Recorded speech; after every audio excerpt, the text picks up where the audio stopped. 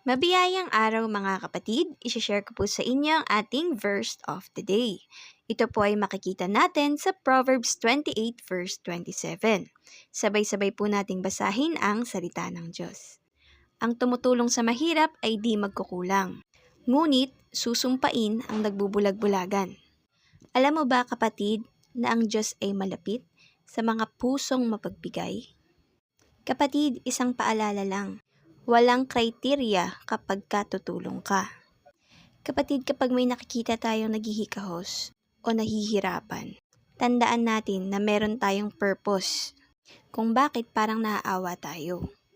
Holy Spirit yon mga kapatid. Tandaan natin mga kapatid, maraming form ang pagtulong at hindi lang natatapos sa usapang pera.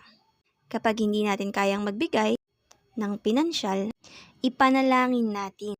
Dahil kung wala tayong magagawa, ang Diyos, kontrolado niya ang lahat ng bagay.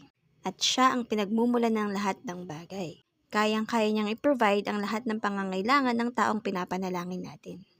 Yun lamang mga kapatid at pagpalain tayong lahat ng ating Panginoon. God bless us all.